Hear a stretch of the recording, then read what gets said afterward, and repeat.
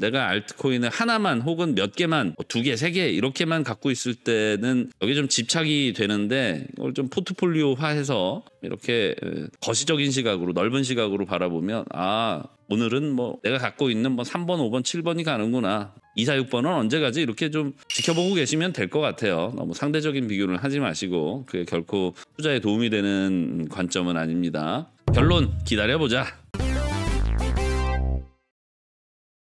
박세현님, 엔젤라님, 달콤한 잔소리님, 불타오르네님, 권장우님, 타키오님 어서 오세요. 업비트의 알트레이어 BTC 마켓에 있었죠. 원화마켓에 상장해서 이제 빗썸으로 옮겼는데 안 그래도 보고 있었어요. 일시적으로 200원 딱 찍고 지금 팽이동 중이에요. 알트레이어를 보시게 되면은 상장빔을 확인하셔야겠죠. 상장빔 전에 1180 사토시 120 사토시예요. 소수점 8자리까지죠. 네. 어찌 됐든 빗썸 상장 전 가격으로 돌아왔단 얘기입니다. 그렇다면 지금 현재 가격이 적정가다라고 볼 수 있겠고 사토시 가격 자체가 상승하고 있기 때문에 점진적으로 원화 가치는 조금씩 증가하고 있지만은 이게 언제쯤 폭발할까요? 이미 한번 갔다 와서 그런지 이거 빗썸으로 괜히 옮기셨던 것 같아. 그죠? 아쉽기도 하다. 빗썸에서의 거래량이 여타 다른 상장빔에 비해서 조금 약한 편입니다. 152억 가량. 150억 정도 거래량으로는 상장빔이 강하게 나올 수는 없었던 것 같아요. 일단은 알트레이어 현재 적정가니까 살짝살짝 개미털기 나오더라도 잘 버텨보시는 게 좋을 것 같고요. 궁금한 건 여기가 질문인가 보다. 국내 거래소에 있는 알트가 빗썸이나 업비트에 상장한다면 굳이 옮길 필요가 없는 건가요? 상장 펌핑을 먹기 더 유리할 줄 알고 옮겼는데 아닌 것 같아서요. 일단 해외 거래소에 있는 알트들이 국내에 상장을 할 때 좀 펌핑이 강했던 건 사실입니다.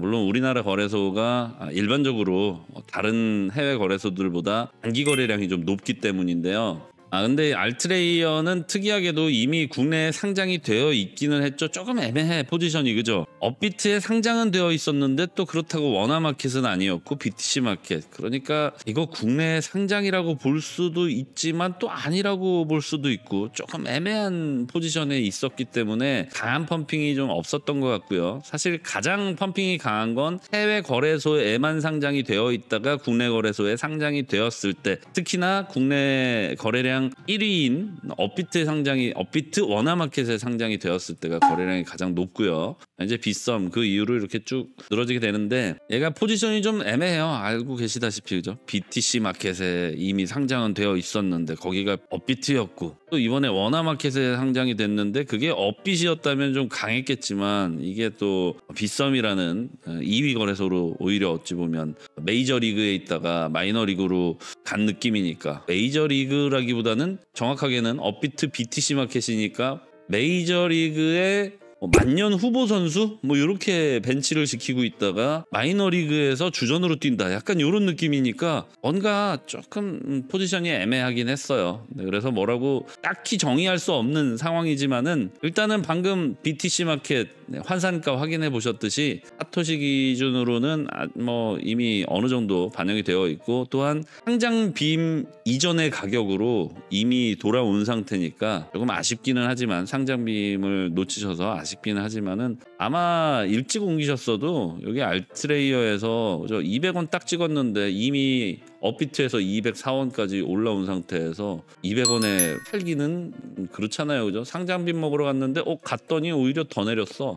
아무래도 이제 거래량이 쭉쭉 붙지 않아서였고, 그 이유로서는 해외 거래소에만 있다가 국내에 상장된 것이 아니라 국내 거래소에 상장이 되어 있던 것이 추가적으로 빗썸이라는 2위 거래소에 확장이 되었다. 근데 그것도 이제 조금 애매한 게 업비트 원화마켓에 상장이 되어 있던 것이 아니라 업비트 BTC 마켓. 그러니까 좀 포지션이 좀 애매했어요. 좀 아쉽지만은 기다려야지 어쩌겠어. 알트 인덱스 뭐 말 나온 김에 확인해 보시면은 아직도 알트가 갈 길은 멉니다. 그죠? 31. 그러니까 100점 중에 이제 30점 맞았다는 얘기예요. 정확하게 31점. 앞으로 상승 갭이 한 70 정도 남아 있다 이렇게 볼 수 있겠고, 적어도 인덱스 75 이상이 된 이후부터 매도를 고민하시면 되겠죠. 그러니까 제가 어제도 그제도 이거 방송을 시작하면서 무장창 말씀드리지만, 다른 애들 가는데 내게 좀 안 가거나 덜 가거나 못 가거나 이런 상황을 자꾸 너무 빠져들지 마세요. 보통 이런 경우는 내가 알트코인을 하나만 혹은 몇 개만, 두 개, 세 개 이렇게만 갖고 있을 때는 여기 좀 집착이 되는데, 이걸 좀 포트폴리오화해서 이렇게 거시적인 시각으로, 넓은 시각으로 바라보면, 아, 오늘은 뭐 내가 갖고 있는 뭐 3번, 5번, 7번이 가는구나. 2, 4, 6번은 언제 가지? 이렇게 좀 지켜보고 계시면 될 것 같아요. 너무 상대적인 비교를 하지 마시고, 그게 결코 투자에 도움이 되는 관점은 아닙니다. 결론 기다려보자. 내년부터 코인 과세 한다는데요. 요즘 과세 질문 진짜 많이 나오네. 거의 하루에 한 번씩 나오는 것 같아. 해외 거래소에서 코인 거래도 과세되나요? 과세됩니다. 근데 이걸 어떤 기준으로 과세를 할지 아직 명확하지 않아요. 사실은 세금 내는 거 유쾌하신 분들은 안 계시죠.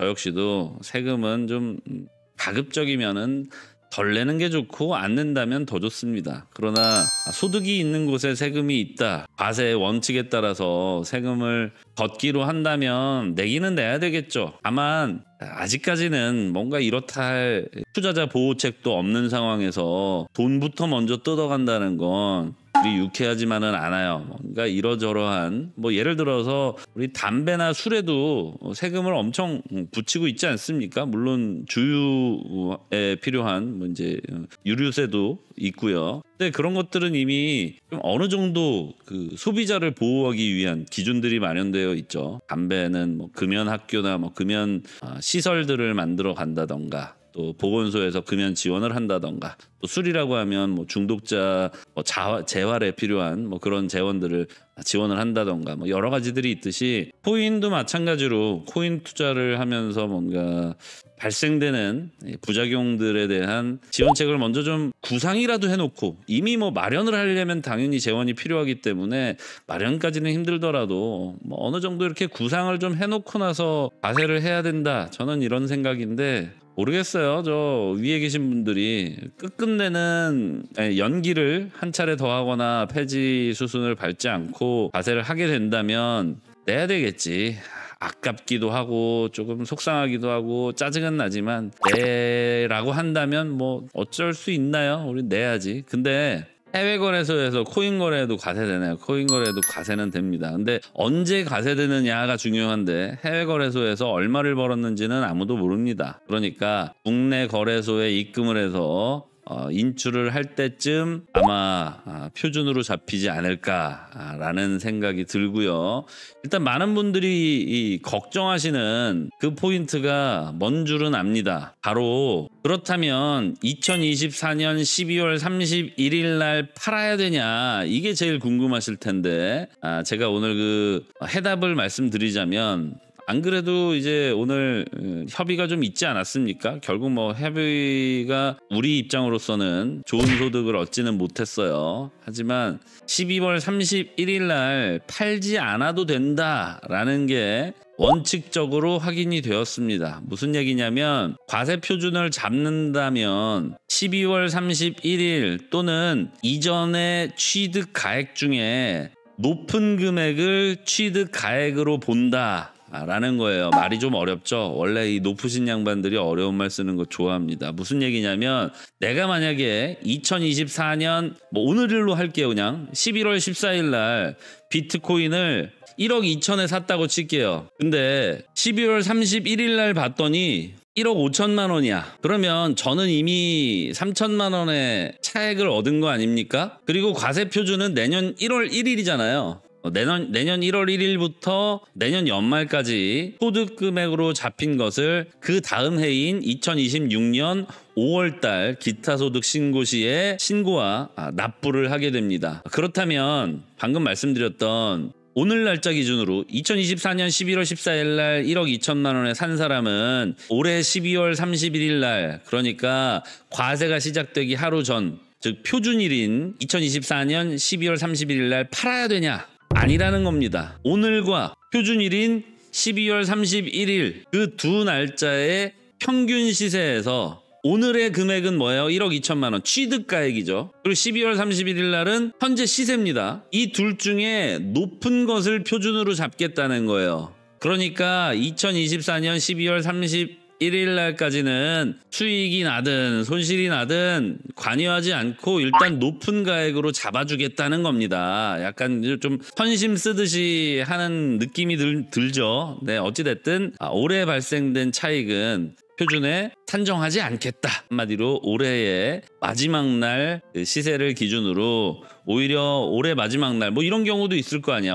지금 1억 2천만 원에 샀어. 근데 12월 말일 날 1억으로 떨어졌어. 그러면 높은 가액으로 잡아주겠다는 거예요. 그리고 나서 2025년에 내가 다시 1억 2천만 원에 팔았어. 그러면 취득가액 1억 2천만 원. 과세 표준일은 12월. 그죠? 그리고 내년에 1억 2천에 팔아? 높은 금액으로 잡아준다 그랬으니까 나는 1억 2천에 산 사람이 되는 거예요. 12월 31일 날 오히려 가격이 낮았지만 나는 1억 2천에 샀기 때문에 부동산 양도세 계산해 보신 분들은 이거 답 나오죠. 현재 시세 뭐 이런 거 떠나서 얼마에 샀냐, 얼마에 팔았냐.